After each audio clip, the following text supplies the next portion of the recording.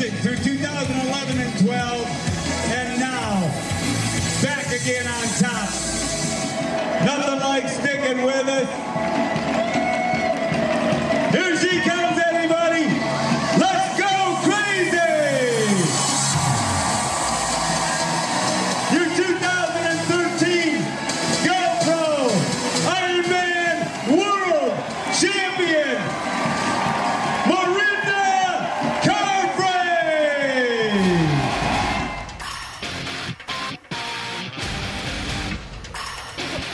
Here we are on the balcony of Mirinda Rinny Carfrae's little condo here on a little island we like to call Kona.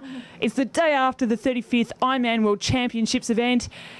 And Rinny is the new course record holder, the new marathon record holder here, and, well, just superstar. Has it actually all just sunk in, or are you still on a little bit on cloud nine? Yeah, just a little bit on cloud nine.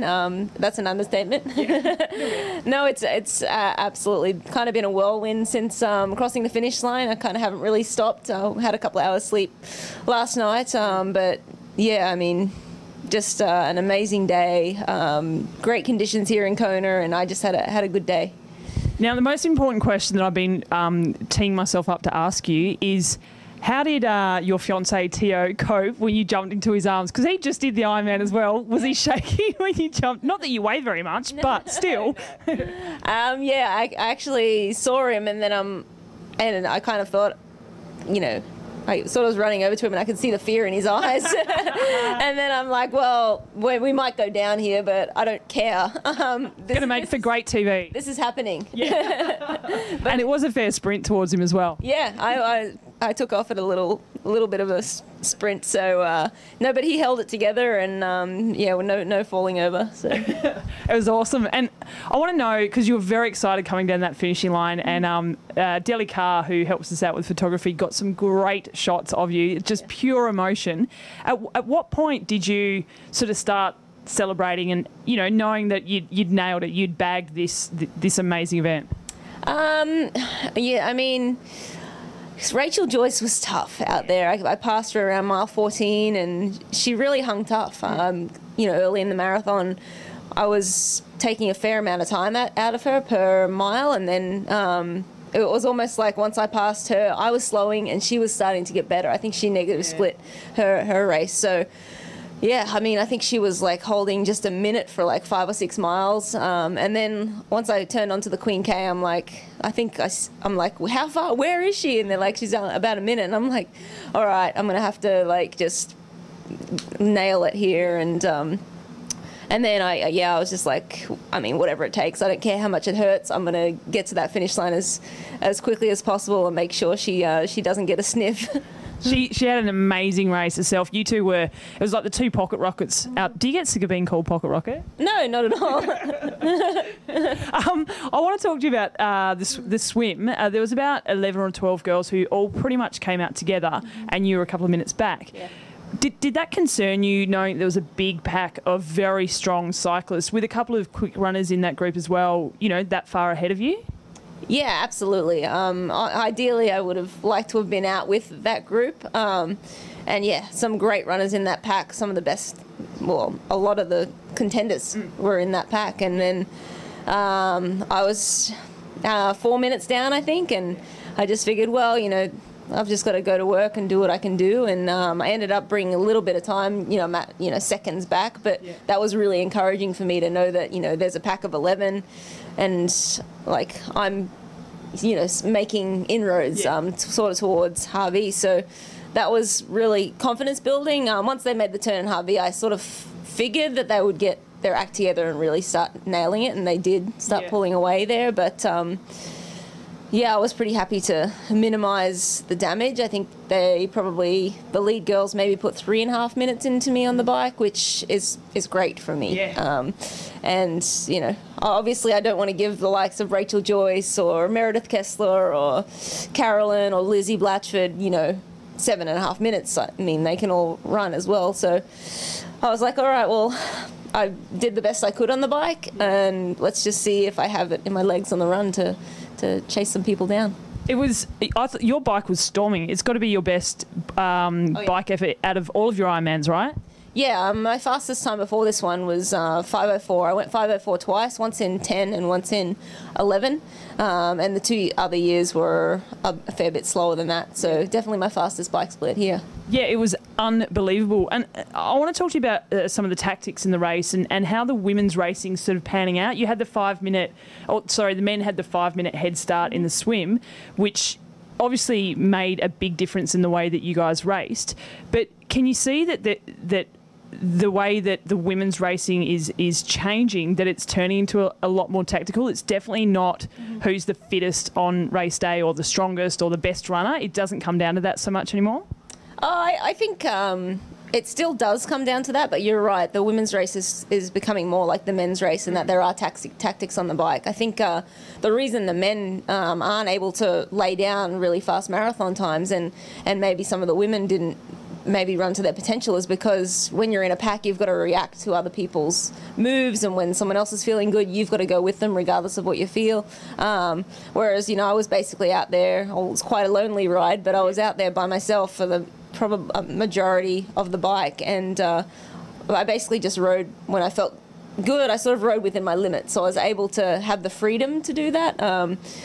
And that being said, I think I'd rather still be in the pack, but I think in hindsight, it probably enabled me to get off the bike a lot fresher, because I was able to evenly pace the bike and get off. And my race was more a pure time trial, whereas the girls up the front probably definitely a lot more tactics and maybe a bit more spikes in their power profiles. But yeah, I mean, I think in hindsight, and it allowed me to get off the bike with the legs to run. Yeah.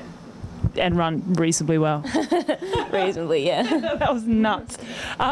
So I want to talk to you about the 2010 win compared to now. You said that in 2010 it was kind of a surprise because it was your second year on the island, and this year, you were working for this. Like, this was your number one goal. So, is there one that's sweeter than the other, or is it just that they're different? They're definitely different. I think, yeah, as you said, 2010 was my second Ironman and second time here in Kona. Back then you didn't have to qualify. It was great. If you were top 10. So I was top 10 in 2009 and able to just come back and race again. And it was almost, I raced that day kind of in shock a lot of, with Chrissy pulling out early in the morning, and again, the whole year was set up around this race. Since I started racing here, my whole year has been set up around, performing well in Kona. I think that's the way you have to do it in order to be successful here. But after that, it almost came too easy. Second Ironman, second time on the island, and a win. And I never expected to win here so early in my career. So to get that one under my belt so soon was almost too easy, but it certainly wasn't easy. It felt like it came a little too easy. And then, once you win one, you kind of want to prove that, okay, it wasn't a fluke. That's the athlete that I am, and I can go out and do it again. And the last 2 years, 11, I was a little under 3 minutes behind Chrissy at the end of the day, and fought hard all day. She was just way stronger. And then obviously 2012, some nutritional issues, but some girls that were just better than me on the day as well. So to come out and put together a great performance really, really is special. This one, I think, because it's like my 8th or 9th Ironman now, and 5th time on the island, and, a tough couple of years dealing with different things. And I think am I outside of triathlon reflects in my racing. I'm getting married to my best friend in 2 months. I'm back with my coach, who I adore. So yeah, when everything's great in my personal life, it seems to translate over into racing. So it was definitely really a special moment to be able to share with both of those people. And it definitely reflected that. And we spoke about this prior to the race, that you enjoy the journey, the training, the communication, the relationship with the people around you, and without that, you're not the athlete that you are or that you showed yesterday, right? Yeah, absolutely. I think for me, the emotional side is hugely important. I think there are a lot of athletes that have been in individual sports their whole lives, whether it be swimming or running or cycling, and come into triathlon. as with that individual mindset, but coming from, I think, a team sport and then being with Siri for 7 years and having that like real inner circle support, I realized that that's probably almost more important than the program itself. Absolutely. I just want to finish off just knocking out a few stats. Okay. You broke the course record. You broke the run course record, which you set in 2009, then broke again in 2011, just a couple of minutes after Chrissy Wellington broke it. So 5 out of your 8 Ironman races have been here. Mm-hmm. And you are also there's only been 3 women who have gone under sub 9 or have done sub 9 on the island. Yeah. Everyone has done it twice, but you've now done it 3 times. Yeah. Does that, has that even sunk in, that it just wasn't that one event, is all these surrounding sort of factors as well? Yeah, I mean, absolutely. To put my name up with the likes of Paula Newby-Fraser, Chrissy Wellington, and now Rachel Joyce as well, under 9 hours.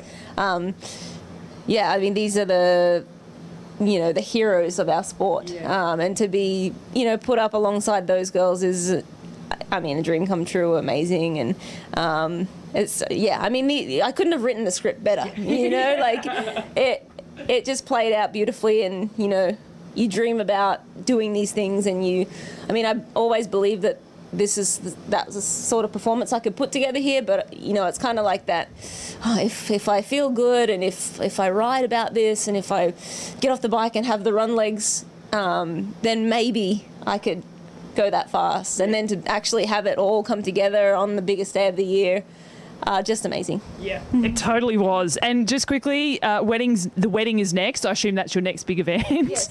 And then what do you got after that, or are you just going to lay low and then figure it out later? I mean, I'm not sure what's next for us. I think we're going to take the week just to enjoy and reflect on what we've just done, because we really haven't been able to just sit quietly for a moment and enjoy and soak that in a little bit. Well, I'm not sure how I'll qualify for Kona next year. Obviously, racing Florida after Kona worked really well last year for this cycle.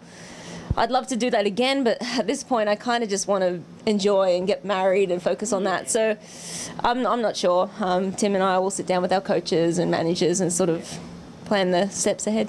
I love it. And just quickly, you keep saying we and us. I love that, because you obviously, like you just said, it's a team. It's not, it's Tio, it's Siri, it's your parents, everyone around you. It's great. Yeah, I mean, as I've said many times, it's definitely about the team, and I absolutely couldn't be where I am today without the amazing support that I have. Love it. Congratulations. Thanks, Deb. There she is, everybody, your world champion,